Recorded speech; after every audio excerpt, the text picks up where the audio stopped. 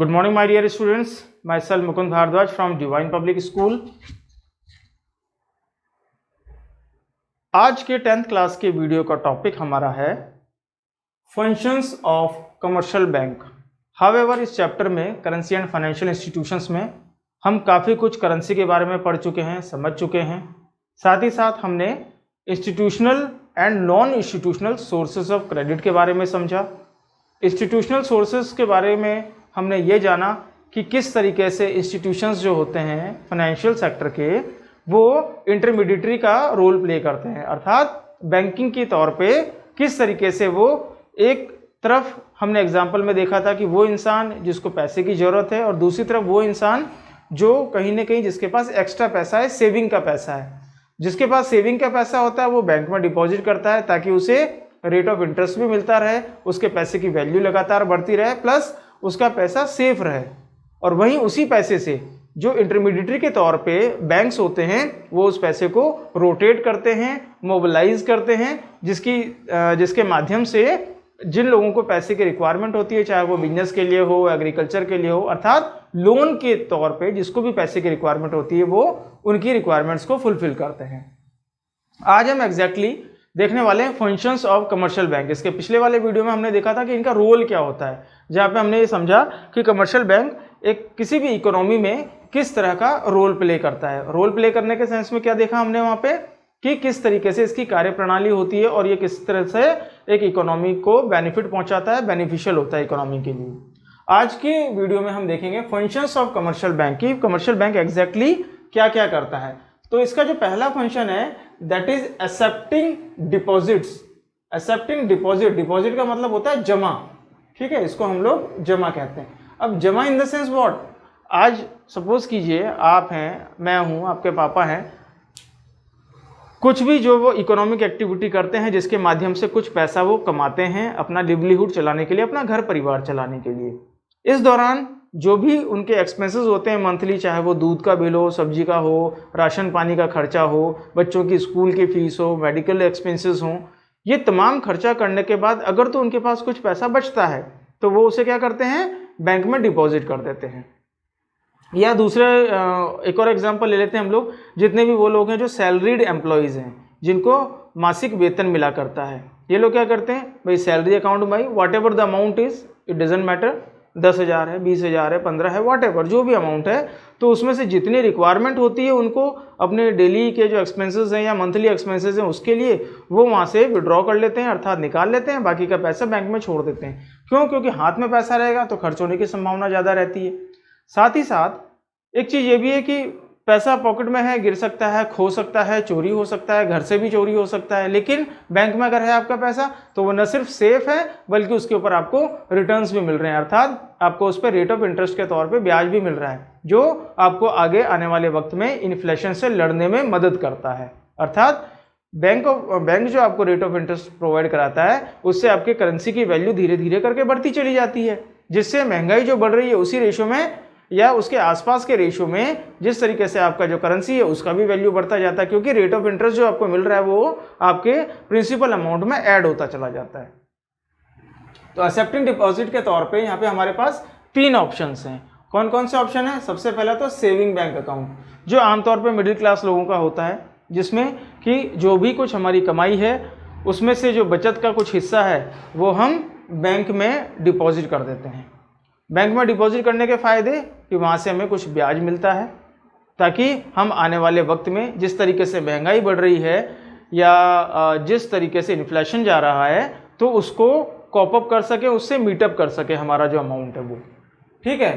हालांकि saving bank account के कुछ लिमिटेशंस होते हैं कि उसमें कुछ लिमिटेड ट्रांजेक्शन्स आप मंथली बेसिस पे कर सकते हो। हावेवर उसके लिए भी आपको डेबिट कार्ड इशू कर दिया जाता है जिससे मिनिमम 5 बार, हालांकि आपके सिलेबस में नहीं है लेकिन फिर भी आपकी जानकारी के लिए आपको पता होना चाहिए कि सेविंग अकाउंट से हम लिमिटेड ट्रांजेक्शन्स कर सकते हैं। साथ ही साथ आपको एक डेबिट कार्ड या ATM दिया जाता है जिससे आप जितनी बार चाहें अपने बैंक से ट्रांजेक्शन कर सकते हैं या विड्रॉल अमाउंट कर सकते हैं, ठीक है। अदर बैंक से अगर आप करने जाते हैं तो 5 बार से ज़्यादा आपको परमिशन नहीं है। 5 बार से ज़्यादा अगर आपने अदर बैंक से ट्रांजेक्शन किया तो उसके एवज में आपको कुछ चार्जेस जो कि बहुत ही नॉमिनल होते हैं, बहुत ही मिनिमम होते हैं, वो देने होते हैं। तो ये तो हो गया हमारा सेविंग बैंक अकाउंट की बात करेंगे, जो आमतौर पर हम सब मिडिल क्लास लोगों के पास होते हैं। दूसरा आ जाता है आपका करंट अकाउंट। अब करंट अकाउंट का मतलब होता है, ये अकाउंट बेसिकली व्यापारी लोगों के लिए या बिजनेस क्लास लोगों के लिए होता है, क्योंकि उनके पास ट्रांजैक्शन ज़्यादा होते हैं। एक दिन में कई दफ़ा उन्हें पैसा निकालवाना भी पड़ सकता है और जमा भी कराना पड़ सकता है। तो इस तरह के केस में जो आपका करंट अकाउंट है ये आपके लिए मददगार होता है। हालांकि जब करंट अकाउंट होता है तो उसमें जो जमा पैसा होता है उस पर बैंक जो है वो आमतौर पे किसी तरह का कोई इंटरेस्ट या ब्याज नहीं देता है। सेविंग अकाउंट पे आपको डेफिनेटली आपको बैंक 4 to 6% एनुअली आपको इंटरेस्ट पे करेगा, लेकिन करंट अकाउंट में इस तरह की फैसिलिटी नहीं होती है। लेकिन इसके एवज में आपको दूसरी कई फैसिलिटीज़ दे दी जाती हैं, जैसे आपके जो नंबर ऑफ ट्रांजेक्शन्स हैं वो अनलिमिटेड होते हैं, आप चाहे जितनी बार भी उसमें ट्रांजेक्शन कर सकते हैं। तो बैंक एक आपको करंट अकाउंट के तौर पर ये फैसिलिटी भी प्रोवाइड कराता है। थर्ड वन इज परमानेंट, या जिसको आम भाषा में मैं कहूँ, आपकी बुक में तो खैर परमानेंट अकाउंट है, जिसको हम फिक्स डिपॉजिट भी कहते हैं। यानी कि एक सर्टेन टाइम पीरियड के लिए आपने अपना पैसा बैंक में डिपॉजिट किया और उस टाइम पीरियड के दौरान जो आपका पैसा जमा है उस पर रेट ऑफ इंटरेस्ट थोड़ा सा हाई मिलता है आपको, और एक पर्टिकुलर ड्यूरेशन के दौरान, वो इन दिनों लगभग 7 साल के आसपास है, 7 से 7.5 साल, अलग अलग बैंक का अलग अलग रेट ऑफ इंटरेस्ट होता है। तो उस हिसाब से एक फिक्स्ड टाइम जोन के बाद या टाइम पीरियड के बाद आपको वो पैसा डबल के तौर पे मिलता है। आमतौर पे आपने ऐसा सुना भी होगा ना कि एफडी करा रखी है या फिक्स डिपॉजिट करा रखा है, जिसमें कि किसी दौर में एक टाइम था जब रेट ऑफ इंटरेस्ट तेज चलता था, तो वहाँ पे 5 साढ़े 5 साल में पैसा डबल हो जाता था। अभी वो जो अवधि है वो थोड़ी सी बढ़ गई है क्योंकि रेट ऑफ इंटरेस्ट अब कम हो गया है। तो इस तरह की भी एक फैसिलिटी बैंक आपको प्रोवाइड कराता है, जहाँ पे आप अपना पैसा, आपको लगता है कि ये भाई एक्स्ट्रा सेविंग का पैसा है मेरा, थोड़ा सा मोटा पैसा है और बहुत लंबे अरसे तक मुझे इसकी आवश्यकता नहीं पड़ने वाली है, तो आप उसको फिक्स डिपॉजिट के तौर पे भी डिपॉजिट कर सकते हो, जिसमें आपको रेट ऑफ इंटरेस्ट भी ज़्यादा मिलता है।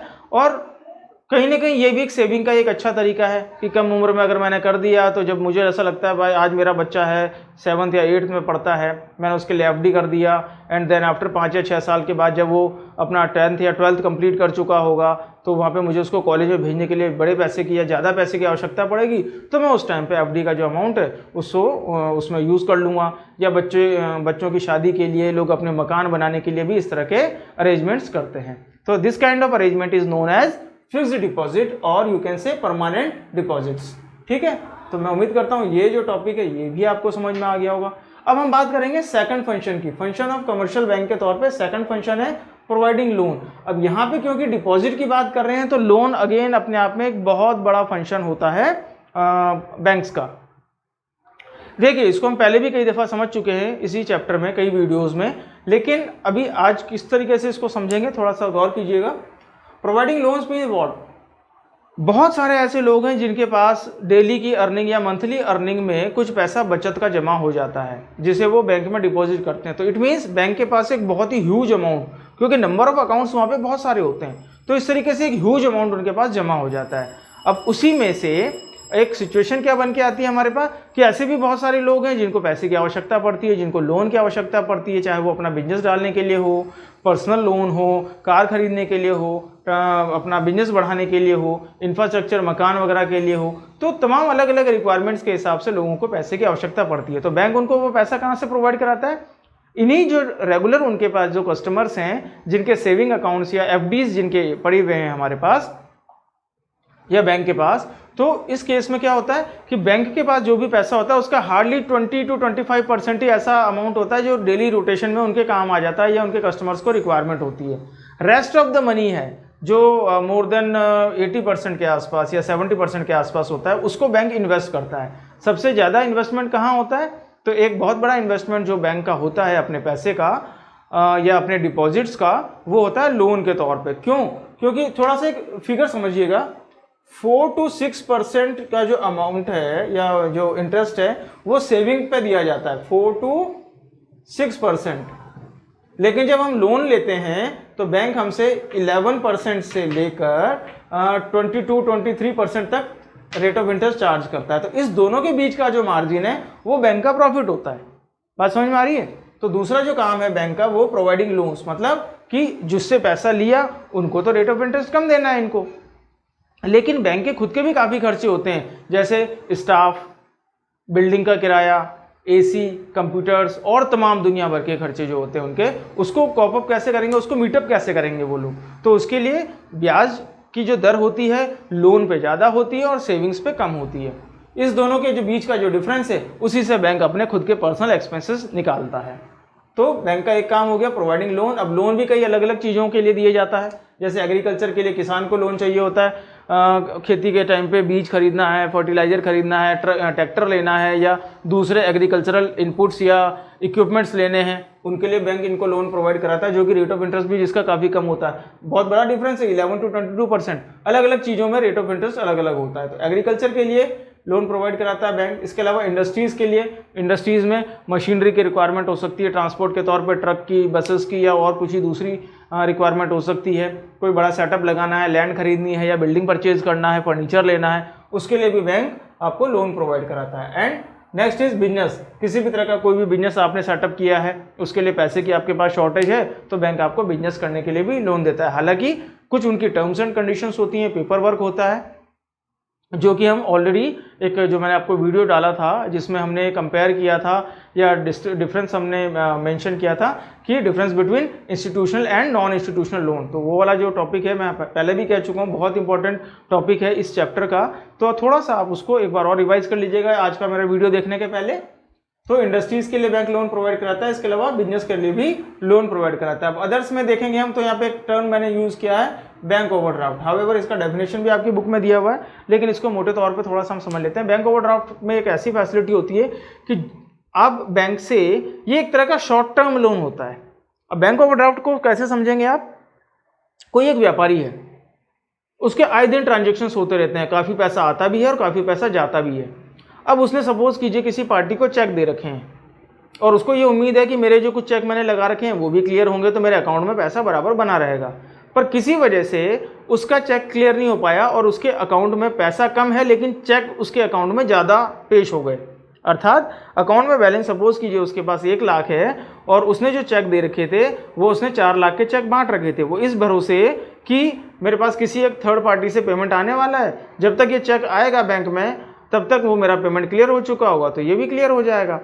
लेकिन कई दफ़ा होता है, कुछ केसेस ऐसे हो जाते हैं कि फंड ट्रांसफ़र प्रॉपर नहीं हो पाया, टेक्निकल वजह भी हो सकती है, या कई बार सामने वाली पार्टी जिसने चेक दिया वो डिफ़ाल्टर भी हो सकती है। ठीक है, ऐसे केस में चेक बाउंस हो जाते हैं। तो गलती सामने वाले की, तो उसकी सज़ा आपको नहीं मिलनी चाहिए। इस वजह से बैंक क्या करता है, ओवरड्राफ्ट के तौर पे आपको एक फैसिलिटी देता है कि बेशक आपके अकाउंट में डिपॉजिटेड अमाउंट जो है वो उतना नहीं है जितने के पेमेंट के लिए आपको क्लेम किया जा रहा है या आपके अकाउंट से क्लेम किया जा रहा है। बैंक अपनी तरफ से वो पेमेंट करता है आपकी गुडविल को देखते हुए, जिसको ओडी फैसिलिटी कहते हैं, ओवरड्राफ्ट फैसिलिटी कहते हैं। तो बैंक अपनी तरफ से वो पेमेंट कर देता है, जो भी प्लस या माइनस जो भी डिफरेंस होता है अमाउंट का, वो आपको एक सर्टेन टाइम पीरियड के दौरान बैंक में डिपॉजिट करना होता है। और इस तरीके से आपकी गुडविल बरकरार रहती है, मार्केट में आपकी रेपुटेशन बची हुई रहती है। ठीक है, तो that is overdraft facility. Now other function के तौर पे बात करेंगे हम, सी मेरा पॉइंट है यहाँ पे, अदर फंक्शन। तो बैंक इसके अलावा और क्या करता है भाई, एक तो हमने देख लिया कि डिपॉजिट लेता है, दूसरा लोन प्रोवाइड कराता है। नाउ अदर फंक्शंस के तौर पे bank collect various type of bills and cheques. तो बैंक कई बार चेक के थ्रू जो पेमेंट होते हैं वो भी कलेक्ट करता है, कई तमाम तरह के जो बिल्स होते हैं, बिल्स के पेमेंट भी बैंक के थ्रू होते हैं। इसके अलावा पेमेंट ऑफ इंश्योरेंस प्रीमियम, आपने अगर कोई इंश्योरेंस प्रीमियम लिया हुआ है, चाहे वो लाइफ इंश्योरेंस हो चाहे वो जनरल इंश्योरेंस हो। हालांकि इंश्योरेंस के बारे में लास्ट ईयर आप काफ़ी कुछ पढ़ चुके हैं डिटेल में। तो जो बैंक है, बैंक अपने पास इंश्योरेंस प्रीमियम का जो पेमेंट होता है वो भी कलेक्ट करता है और वो इंश्योरेंस कंपनी तक पहुंचा देता है। Next is bank lockers. आपने सुना होगा कि घर के कई दफ़ा बहुत इंपॉर्टेंट जो डॉक्यूमेंट्स होते हैं प्रॉपर्टी से रिलेटेड या ज्वेलरी वगैरह होती है, आजकल घर पे रखना कई दफ़ा सेफ महसूस नहीं करते हम।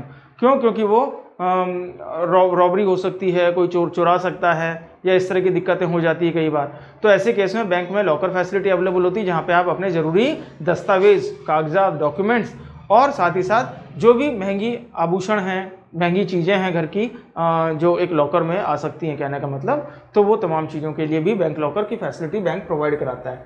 साथ ही साथ फ़ोन ट्रांसफ़र, आपके घर परिवार में या व्यापार में कहीं भी कोई थर्ड पार्टी है जो कहीं अदर स्टेट में है, देश के किसी कोने में, मैं कहता हूँ दुनिया के किसी कोने में है, तो वहाँ पे अगर आपको पैसा ट्रांसफ़र करना हो तो ये फैसिलिटी भी आपको बैंक प्रोवाइड कराता है। इसके अलावा बैंक आजकल life insurance, general insurance, even यहाँ पे एक टर्म यूज़ नहीं किया मैंने, म्यूचुअल फंड्स, तो म्यूचुअल फंड भी बैंक आजकल बेचा करते हैं। इसके माध्यम से एक आम आदमी अपना पैसा जो है वो इन्वेस्ट कर सकता है, चाहे वो जनरल इंश्योरेंस का मसला हो, चाहे वो म्यूचुअल फंड में इन्वेस्टमेंट करने का। और लाइफ इंश्योरेंस भी देखिए दो तरफा होता है, एक तो आपकी जीवन की सुरक्षा भी है और साथ ही साथ आप जो पैसा वहाँ डिपॉजिट कर रहे हैं वो आपको बड़े प्रीमियम के साथ या बड़े रिटर्न के साथ आपको एक पर्टिकुलर सर्टेन टाइम के बाद मिल भी जाता है। तो इस तरह की फैसिलिटीज़ भी बैंक आजकल प्रोवाइड कराता है। जैसे आपने नाम भी सुने होंगे SBI लाइफ, पहले लोग सिर्फ LIC समझते थे, लाइफ इंश्योरेंस कॉर्पोरेशन, वो तो केवल इंश्योरेंस कर रही है। पर अब आप ICICI बैंक की बात करोगे तो ICICI prudential is there, HDFC bank की बात करेंगे HDFC standard life is there, SBI का खुद का अपना एक लाइफ इंश्योरेंस है, ठीक है। तो कहीं ना कहीं ज़्यादातर जो बैंक हैं अभी, नेशनलाइज बैंक स्पेशली अगर मैं बात करूँ तो वो अभी इंश्योरेंस का भी काम करने लगे हैं, तो ये भी एक काम हो गया। देन आफ्टर ये तमाम फंक्शन का अगर निचोड़ निकाला जाए तो कोई भी एक बैंक की अगर मैं बात करूँगा तो बैंक हिंदुस्तान ही नहीं पूरी दुनिया भर के तमाम देशों के लिए बहुत बड़ी अहम भूमिका निभाता है इकोनॉमिक डेवलपमेंट के लिए as well as financial inclusion के लिए। फाइनेंशियल इंक्लूजन की अगर मैं बात करूंगा, मेरे पिछले वीडियो में मैंने इसको डिफाइन भी किया है। फाइनेंशियल इंक्लूजन एक ऐसी व्यवस्था जहां पे जो मार्जिनलाइज्ड या डिप्राइव्ड सेक्शन ऑफ सोसाइटी है उसे बैंकिंग सिस्टम के माध्यम से जोड़ने का प्रयास किया जाता है। I believe whatever I have taught you today आपको समझ में आ गया होगा, बेहतर होगा। जैसा कि मैं हमेशा कहता आया हूँ, मेरे वीडियो को देखने के पहले जो टॉपिक पे हम आज डिस्कशन करने वाले हैं वो प्लीज़ आप एक बार उसको थ्योरेटिकली उसको ओवरव्यू रखिए, उसको एक बार पढ़ लीजिए, देन आफ्टर मेरा वीडियो देखिए and after again you can go throughout your textbooks. This is the only way to understand what I am going to say. So please carry on with your studies, do not compromise with your studies, prepare notes and जैसा कि मैं आपको पहले और पिछले video में ही बता चुका हूँ, end of this month we are going to have a unit test, so please be prepared for that. And however 3 chapters complete हो चुके हैं इकोनॉमिक्स से, एक सिविक्स से, और ये भी अगले 2 वीडियो में ये चैप्टर भी खत्म होने वाला है। Please be prepared for the test. Well, thank you so much.